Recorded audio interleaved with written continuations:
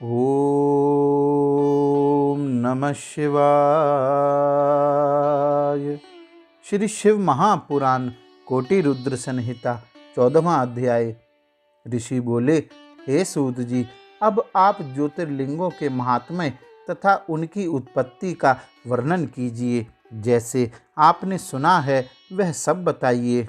सूत जी बोले, हे ब्राह्मणों, मैं उनके महात्म्य एवं उनकी उत्पत्ति के विषय में जैसा कि मैंने अपने सद्गुरु से सुना है, संक्षेप में अपनी बुद्धि के अनुसार कहता हूँ। आप लोग श्रवण करें। हे मुनि श्रेष्ठों, सैकड़ों वर्षों में भी इनके महात्म्य का वर्णन नहीं किया जा सकता, फिर भी मैं आप लोगों को बता रहा हूँ। उनमें सोमनाथ प्रथम कहे गए हैं। हे मुने, सबसे पहले उन्हीं का महात्म्य सावधानी पूर्वक सुनो। हे मुनीश्वरों, महात्मा दक्ष ने अपनी अश्विनी आदि 27 कन्याओं का विवाह चंद्रमा से कर दिया। वे चंद्रमा को अपने पति के रूप में प्राप्त कर अत्यधिक शोभित हुई और चंद्रमा भी उन्हें प्राप्त कर निरंतर शोभित होते थे। जैसा कि स्वर्ण से मणि सुशोभित होती है और मणि से स्वर्ण सुशोभित होता है, उसके अनंतर काल क्रम में उनके साथ जो हुआ उसको सुनिए। चंद्रमा की सभी पत्नियों में जो रोहिणी नाम वाली कही गई है, वह उन्हें जितना अधिक प्रिय थी उतना अन्य कोई भी नहीं थी। तब अन्य कन्याएं दुखी होकर अपने पिता की शरण में गई। वहां जाकर उन सब ने जो दुख था उसे निवेदन किया। हे ब्राह्मणों, यह सुनकर वे दक्ष बहुत दुखी हुए। उसके बाद चंद्रमा के पास आकर उन्होंने शांति पूर्वक यह वचन कहा।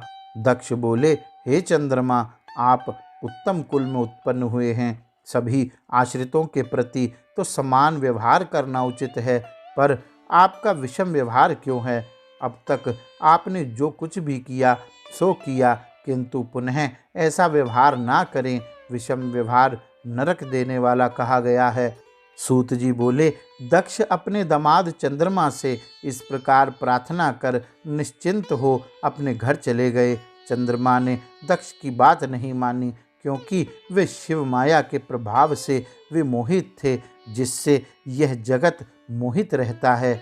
जब जिसका शुभ होना है तब उसका शुभ अवश्य होता है, और जब अशुभ होना है तब उसका शुभ किस प्रकार हो सकता है? चंद्रमा ने भी बलवान होनहार के कारण उनकी बात नहीं मानी। वे रोहिणी में आसक्त रहते थे तथा अन्य किसी पत्नी का मान नहीं करते थे। तब दक्ष बहुत दुखी हुए और सुनीति में निपुण वे पुनः स्वयं आकर चंद्रमा से नीति पूर्वक कहने लगे। दक्ष बोले, हे चंद्र, आप सुने, मैंने आपसे अनेक प्रकार से प्रार्थना की, किंतु आपने नहीं माना, अतः आप क्षय रोग से ग्रस्त हो जाएं।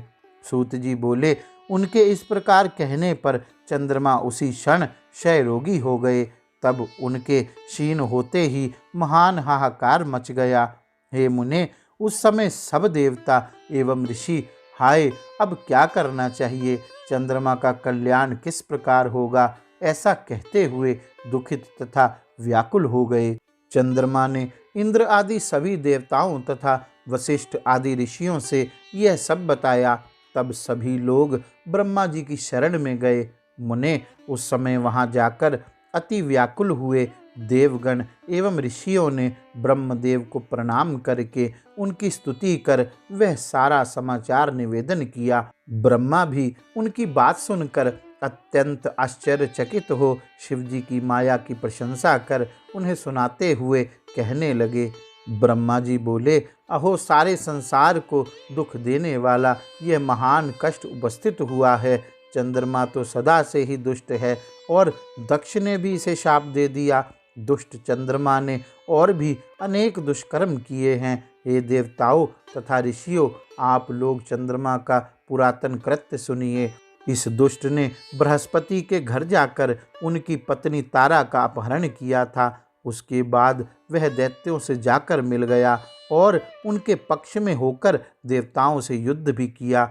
जब मैंने और अत्रि ने चंद्रमा को मना किया, तब उसने तारा को उन्हें लौटा दिया। उसे गर्भवती देखकर बृहस्पति ने कहा, मैं इसे ग्रहण नहीं करूँगा। इसके बाद हम लोगों ने बृहस्पति को ऐसा करने से रोका। तब बड़ी कठिनाई से उन्होंने तारा को स्वीकार किया। बृहस्पति ने पुनः कहा कि मैं इसे तभी ग्रहण करूँगा जब यह गर्भ का परित्याग करेगी। हे महर्षियों, तब मैंने तारा का गर्भ त्याग कराया। मैंने उससे पुनः पूछा कि यह किसका गर्भ है। तब उसने कहा कि यह गर्भ चंद्रमा का है। इसके बाद बृहस्पति ने मेरे कहने से उस तारा को ग्रहण किया। इस प्रकार के अनेक दुष्ट कर्म चंद्रमा के हैं। उनका वर्णन मैं पुनः किस प्रकार करूं? वह आज भी वैसा ही क्यों कर रहा है? अब जो होनहार था वह तो भली भांति हो गया। वह तो कभी अन्यथा होने वाला नहीं है। अब मैं आप लोगों को उत्तम उपाय बताता हूँ, आदर पूर्वक सुनिए। चंद्रमा कल्याणकारी प्रभास क्षेत्र में देवताओं के साथ जाए और वहाँ मृत्युंजय विधान से शिवाराधन करे। शिवलिंग को सामने स्थापित कर चंद्रमा प्रतिदिन तपस्या करे। तब प्रसन्न हुए शिवजी उसे क्षय रोग से रहित कर देंगे। सूत जी बोले, हे महर्षियों, उन ब्रह्मा जी की यह बात सुनकर वे देवता तथा ऋषि लौटकर वहां आए जहां दक्ष तथा चंद्रमा स्थित थे।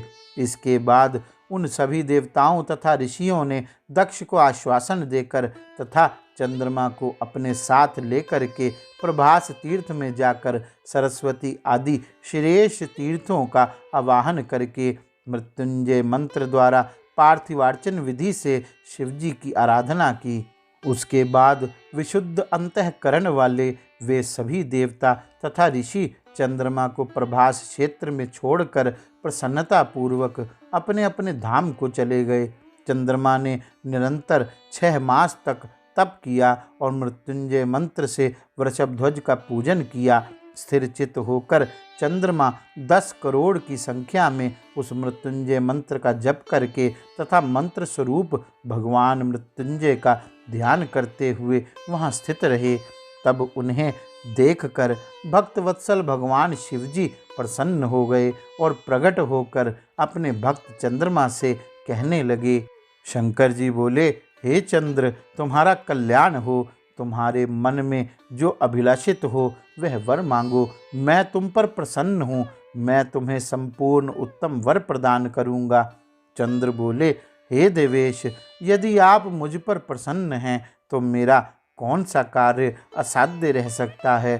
फिर भी हे शंकर जी, मेरे शरीर के क्षय रोग को दूर कीजिए। आप मेरा अपराध क्षमा करें और निरंतर कल्याण करें। उनके ऐसा कहने पर शिवजी ने यह वचन कहा। शिवजी बोले, हे चंद्र, एक पक्ष में तुम्हारी एक एक कला प्रतिदिन क्षीण होगी और पुनः दूसरे पक्ष में क्रमशः वह कला निरंतर बढ़ेगी। सूत जी बोले, हे द्विजो, चंद्रमा के ऐसा वरदान प्राप्त कर लेने पर हर्ष से परिपूर्ण चित्त वाले सभी देवता और ऋषि वहां शीघ्र ही आए। वहां आकर उन सभी ने चंद्रमा को आशीर्वाद दिया और शिवजी को प्रणाम करके हाथ जोड़कर आदरपूर्वक उनसे प्रार्थना की। देवता बोले, हे देवदेव, हे महादेव, हे परमेश, आपको नमस्कार है। हे शंभु, हे स्वामी, पार्वती सहित आप यहाँ स्थिर हो जाइए। सूत जी बोले, तब पूर्व में निराकार भगवान शिवजी चंद्रमा के द्वारा उत्तम भक्ति से स्तुति किए जाने पर पुनः साकार हो गए। देवताओं पर प्रसन्न होकर वे शंकर जी उस क्षेत्र के महात्म्य वर्धन के लिए तथा चंद्रमा के यश के विस्तार के लिए वहाँ उन्हीं के नाम पर तीनों लोकों में सोमेश्वर नाम से विख्यात हुए। हे द्विजो, वे पूजन करने से क्षय, कुष्ठ आदि रोगों का विनाश करते हैं। ये चंद्रमा धन्य हैं। ये कृत्य हैं जिनके नाम से स्वयं जगन्नाथ शंकर जी धरातल को पवित्र करते हुए यहाँ स्थित हुए। वहीं पर देवताओं ने चंद्रमा के नाम से चंद्रकुंड की स्थापना की, जहाँ शिवजी तथा ब्रह्मा जी का सम्मिश्रित निवास माना जाता है। पृथ्वी पर प्रसिद्ध वह चंद्रकुंड समस्त पापों का नाश करने वाला है। जो मनुष्य वहाँ स्नान करता है वह सभी पापों से मुक्त हो जाता है। उस कुंड में 6 मास तक निरंतर स्नान करने से क्षय आदि जो भी असाध्य रोग हैं वे सभी नष्ट हो जाते हैं। प्रभास तीर्थ की परिक्रमा करके शुद्ध आत्मा मनुष्य पृथ्वी की परिक्रमा करने से होने वाला फल प्राप्त करता है और मरने पर स्वर्ग में प्रतिष्ठा प्राप्त करता है। सोमेश्वर लिंग का दर्शन कर मनुष्य संपूर्ण पापों से मुक्त हो जाता है और इस लोक में मनोवांछित अभिष्ट फल प्राप्त कर मरने के पश्चात स्वर्ग को जाता है। मनुष्य जिस जिस फल को उद्देश्य करके इस उत्तम तीर्थ का सेवन करता है वह उस फल को अवश्य प्राप्त करता है, इसमें संशय नहीं है। सोमेश्वर के उस प्रकार के फल को देखकर वे देवता एवं ऋषिगण प्रीति पूर्वक शिवजी को नमस्कार कर क्षय रोग रहित चंद्रमा को लेकर उस तीर्थ की परिक्रमा करके उसकी प्रशंसा करते हुए अपने अपने धाम को चले गए और चंद्रमा भी अपना पुरातन कार्य करने लगे। हे मुनीश्वरों, इस प्रकार मैंने सोमेश्वर की उत्पत्ति का वर्णन कर दिया। सोमेश्वर लिंग इसी प्रकार प्रकट हुआ था। जो मनुष्य सोमेश्वर लिंग की उत्पत्ति को सुनता है अथवा दूसरों को सुनाता है उसकी सारी कामनाएं पूर्ण हो जाती हैं और वह सभी प्रकार के पापों से मुक्त हो जाता है। इस प्रकार श्री शिव महापुराण के अंतर्गत चतुर्थ कोटि रुद्र संहिता में सोमनाथ ज्योतिर्लिंगोत्पत्ति वर्णन नामक 14वां अध्याय पूर्ण हुआ। गौरी शंकर भगवान की जय। ओम नमः शिवाय।